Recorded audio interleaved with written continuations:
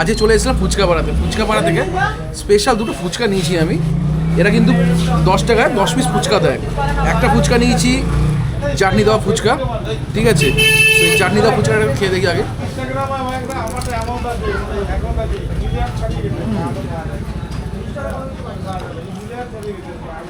ফুচকাটার মধ্যে আলুটা কিন্তু ভরপুর রয়েছে, আর চাটনিটার মধ্যে হালকা টক একটা মিষ্টি ভাব রয়েছে। লাগছে কিন্তু তুখার।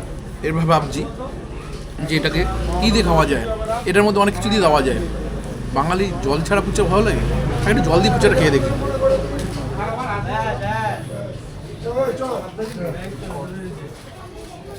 জল ফুচকা, তেঁতুল জল, এই যে দেখুন তেঁতুল জল একটু হালকা করে দিয়ে নিলাম, দিয়ে একটা ছোট্ট